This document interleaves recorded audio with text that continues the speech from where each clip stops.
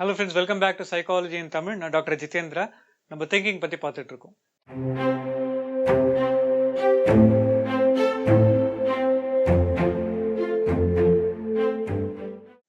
So போன எபிசோட்ல திங்கிங்க்கு ஒரு சின்ன இன்ட்ரோடக்ஷன் கொடுத்துருந்தோம். இப்போ இந்த எபிசோட்ல வந்து tools of thinking and types of thinking பற்றி பார்க்க போகிறோம்.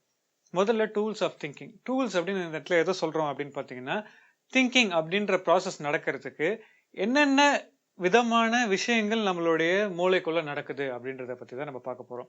பயாலஜிக்கலாக இல்லை, ஃப்ரம் த ரியல் வேர்ல்ட், அதாவது நிஜ உலகத்திலேருந்து நம்மளுடைய மூளைக்கு போகிற இன்ஃபர்மேஷன்ஸை நம்ம மூளை எப்படி ப்ராசஸ் பண்ணுது, அதுக்கான டூல்ஸ் என்னென்ன அப்படின்றத பற்றி நம்ம பார்ப்போம். நம்பர் ஒன் எதுன்னு பார்த்தீங்கன்னா இமேஜஸ். முதல்ல வந்து ஒருத்தரையோ இல்லாட்டா வந்து ஒரு ஆப்ஜெக்டையோ நம்ம எப்படி புரிஞ்சுக்கிறோம் அப்படின்னு பார்த்தீங்கன்னா, அந்த உருவத்தை வச்சு தான் நம்ம புரிஞ்சுக்கிறோம். அந்த உருவத்தை நம்ம இமேஜஸை நம்மளுடைய மூளையில் ஸ்டோர் பண்ணி வச்சுப்போம்.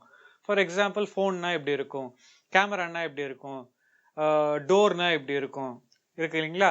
ஸோ இந்த மாதிரியான வேரியஸ் விஷயங்களையும் நம்ம இமேஜஸாக முதல்ல ஸ்டோர் பண்ணி வச்சுக்கோம். ரெண்டாவது கான்செப்ட். ஸோ என்னதான் இமேஜ் இருந்திருந்தாலும், ஒரு தண்ணி இருக்கு அப்படின்னா தண்ணி கொட்டும்போது தண்ணி மேலே அப்படியே நடந்து போக முடியும், தண்ணியை தாண்டி நடந்து போக முடியும். அதே ஒரு செவர் இருந்ததுன்னா செவரை தாண்டி அப்படியே நடந்து போக முடியாது. செவரை ஏறி குதிச்சு போகலாம், இல்லை ஏணியை வச்சு அது மேலே ஏறி நடந்து போகலாமே தவிர செவரை தாண்டி அப்படியே தள்ளிட்டு நடந்து போக முடியாது. அதே ஒரு கார்ட்போர்ட் பாக்ஸ் இருந்ததுன்னா அதை அப்படியே தாண்டி நடந்து போக முடியும். இது ஒரு கான்செப்ட். நம்மளால பேச முடியும், மிருகங்களால பேச முடியாது. இதுவும் ஒரு கான்செப்ட். இந்த மாதிரியான வேரியஸ் கான்செப்ட்ஸ் இருக்கு இல்லைங்களா, அதுவும் ஒரு டூல் ஆஃப் திங்கிங் அப்படின்னு சொல்லுவாங்க. மூணாவது என்னன்னு பார்த்தீங்கன்னா லாங்குவேஜ். நம்ம பேசுகிற மொழி இருக்கு இல்லைங்களா, அது வந்து ஒரு திங்கிங்கான ஒரு ரொம்ப முக்கியமான டூல். அதனால தான் பார்த்தீங்கன்னா, சில மொழி பேசுகிறவங்களால சில விஷயங்களை புரிஞ்சுக்க முடியும். ஆனால் நிறைய பேரால அந்த விஷயத்த எல்லா மொழி பேசுகிறவங்களாலையும் அது புரிஞ்சிக்க முடியாது. இதுக்கு ஒரு எக்ஸாம்பிள் சொல்லணும் அப்படின்னு பார்த்தீங்கன்னா வந்து, தமிழில் இருக்க சில வார்த்தைகளுக்கு ஆங்கிலத்தில் வார்த்தைகளே கிடையாது. ஃபார் எக்ஸாம்பிள், சித்தப்பா அப்படின்ற ஒரு வார்த்தைக்கு ஆங்கிலத்தில் ஏது வார்த்தை? அங்கிள்னு சொல்லலாம், டேடோடைய அப்பாவுடைய தம்பின்னு சொல்லலாமே தவிர சித்தப்பா அப்படின்ற ஒரு உறவு முறையே வந்து இங்கிலீஷில் கிடையாது. ஸோ அந்த உறவு முறையை அவங்க பர்சீவ் பண்ணலன்னா, அந்த லாங்குவேஜ் அந்த வார்த்தையே இல்லைன்னா அதை அவங்க எப்படி புரிஞ்சுப்பாங்க? யோசிச்சு பாருங்க. ஆனால் லாங்குவேஜ் அப்படின்றது திங்கிங்க்கு ரொம்ப முக்கியமான விஷயம்தான். ஆனால் திங்கிங் மூலமாக தான் லாங்குவேஜே வருது. நம்மளோட திங்கிங்கை ஃபாஸ்ட் அப் பண்ணுறதுக்கும் நம்ம திங்கிங்கை பெட்டராக யூஸ் பண்ணுறதுக்கும் தான் நம்ம லாங்குவேஜை கற்றுக்குறோம். ஸோ திங்கிங் அப்படின்ற ஒரு ப்ராசஸ்னால தான் லாங்குவேஜ் வருது. ஆனால் லாங்குவேஜ் வந்ததுக்கு அப்புறமா திங்கிங்கை நம்மளால பெட்டராக யூஸ் பண்ண முடியும். ஓரளவு கன்ஃபியூஸ் ஆகிற மாதிரி இருந்ததுன்னா இதை இன்னொரு வாட்டி கேளுங்க, புரிஞ்சிரும்னு நம்புறேன். ரைட்? ஸோ லாங்குவேஜ் அப்படின்றது ஒரு ஹியூமன் பீயிங்க்கு ரொம்ப முக்கியமான ஒரு விஷயம். நாலாவது என்ன அப்படின்னு பார்த்தீங்கன்னா சிம்பிள்ஸ் அண்ட் ஆப்ஜெக்ட்ஸ் அப்படின்னு சொல்லலாம். லாங்குவேஜ் அப்படின்றது ஒரு சிம்பிள் தான். ரைட்? இருக்கிற விஷயத்த ஒரு சிம்பாலிக் கோடா நம்ம மைண்டுக்குள்ளே எடுத்துகிட்டு போகிறோம். இப்போது கதவு அப்படின்றது கதவு தான்.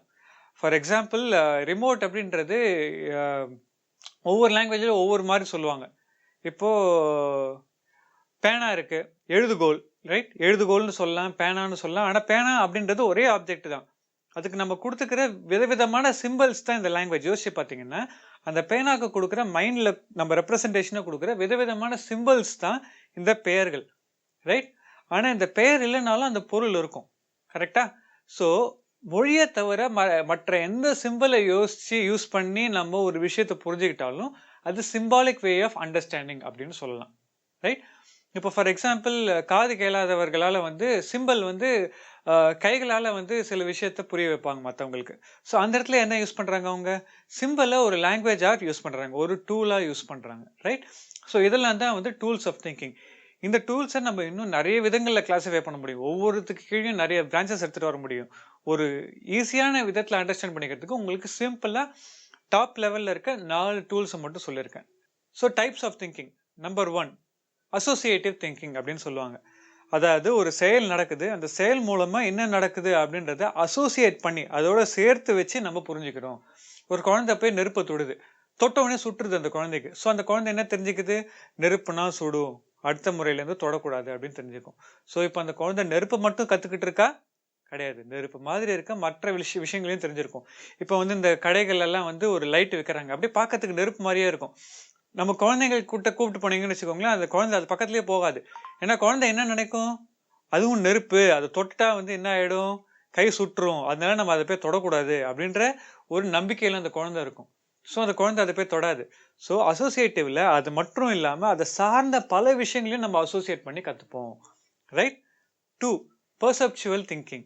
perceptual thinkingனா என்னன்னு பார்த்தீங்கன்னா இருக்கிற விஷயத்தை இருக்கிற விஷயமா எடுத்துட்டு உள்ள போடுறது. ஸோ ஒரு கதவுனா எப்படி இருக்கும், கதவுனா எப்படி இருக்கும், இந்த கதவுக்கு இந்த கேரக்டரிஸ்டிக்ஸ் இருக்கும், கதவுக்கு ஒரு கைப்பிடி இருக்கும், இதெல்லாம் இருந்தால் ஒரு கதவு அப்படின்னு நம்ம புரிஞ்சுக்கிறோம் இல்லையா, அதுதான் perceptual thinking. இது ரொம்ப ஸ்ட்ரெயிட் ஃபார்வர்ட் திங்கிங் அப்படின்னு சொல்லலாம். இருக்கிற விஷயத்த இருக்கிற விஷயமா உள்ள எடுத்துக்கிட்டு போகிறது. கம்புனா எப்படி இருக்கும், குச்சினா எப்படி இருக்கும், ஃபோன்னா எப்படி இருக்கும், இது எல்லாமே perceptual thinking. conceptual thinking, okay இதுதான் கதவுன்னு தெரிஞ்சிச்சு, ஆனா கதவுக்கு என்ன காரணம் இருக்கு அப்படின்னு யோசிக்கிறோம் இல்லையா. கதவுன்றது என்ன, ஒரு விஷயத்திலேருந்து ஒரு விஷயத்த தடுக்கிறதுக்காக யூஸ் பண்ணுது. அப்ப செவுரு கட்டிருக்கலாமே, ஆனா அப்பப்போ திறந்து வரணுமே, அதுக்காக தான் கதவு வச்சிருக்கோம். ஸோ செவருக்கும் கதவுக்கும் என்ன வித்தியாசம், அப்பப்போ கதவை திறந்து உள்ள வர முடியும், செவரை திறந்து உள்ள போக முடியாது. அதுதான் செவருக்கும் கதவுக்கும் இருக்க வித்தியாசம். இதுதான் கான்செப்சுவல் திங்கிங். இந்த மாதிரி நம்ம யோசிச்சு புரிஞ்சுக்கிற எல்லாமே வந்து கான்செப்சுவல் திங்கிங். கிரியேட்டிவ் திங்கிங், ஏற்கனவே நம்ம உணர்ந்த விஷயங்களை வச்சு, இருக்கிற இன்ஃபர்மேஷன்களை வச்சு, புதுசா வந்திருக்க ஒரு பிரச்சனைக்கு இல்லாத ஒரு சொல்யூஷனை கிரியேட் பண்றோம் இல்லையா, அந்த ப்ராசஸ்க்கு பேர் தான் கிரியேட்டிவ் திங்கிங். கிரியேட்டிவ் திங்கிங்கை நம்ம மோர் டீட்டெயில்டா கொஞ்ச நாள் கழிச்சு பார்ப்போம். இப்போதைக்கு நீங்க புரிஞ்சுக்க வேண்டிய ஒரு விஷயம் என்னன்னு பார்த்தீங்கன்னா, நம்ம கிட்ட இருக்கிற டூல்ஸை வச்சு, நமக்கு ஏற்கனவே சந்திச்ச விஷயங்களையும் நம்ம ஏற்கனவே புரிஞ்சுக்கிட்ட விஷயங்களையும் வச்சு, இப்போ புரியாத ஒரு விஷயத்துக்கு அந்த டூல்ஸை வச்சு எப்படி ஒரு புது சொல்யூஷன் கண்டுபிடிக்கிறோம் அப்படின்றது தான் கிரியேட்டிவ் திங்கிங். கடைசி டைப் திங்கிங் என்னன்னு பார்த்தீங்கன்னா விஷுவல் திங்கிங். விஷுவல் திங்கிங்னா என்னன்னா, நம்ம வாழ்க்கையில இப்படி வந்தால் நல்லா இருக்கும்ல, நமக்கு கல்யாணம்ன்றது எப்படி ஆனால் நல்லா இருக்கும்ல, இந்த மாதிரி ஒரு கார் வாங்கினா நமக்கு நல்லா இருக்குல்ல, சரி இந்த மாதிரி வேலை கிடைச்சா நமக்கு நல்லா இருக்கும்ல அப்படின்னு நினைச்சு அந்த வாழ்க்கையை நீங்க வாழ்ந்து பார்க்குறீங்க பார்த்தீங்களா உங்க மனசுக்குள்ள, அதுக்கு பேர் தான் விஷுவல் திங்கிங். ஸோ திங்கிங் ஓரளவுக்கு இப்போ உங்களுக்கு புரிஞ்சிருக்கும் அப்படின்னு நம்புறேன். நெக்ஸ்ட் எபிசோட்ல நம்ம லாங்குவேஜ் அண்ட் திங்கிங் எப்படி இணைந்து வேலை செய்யுது அப்படின்றத பத்தி பார்ப்போம். லாங்குவேஜ்னா என்னன்றதை பத்தியும் நம்ம அடுத்த வீடியோல பார்ப்போம். இந்த வீடியோ உங்களுக்கு யூஸ்ஃபுல்லா இருந்திருக்கும்னு நம்புறேன். தேங்க்ஸ் ஃபார் வாட்சிங் this video and have a great time.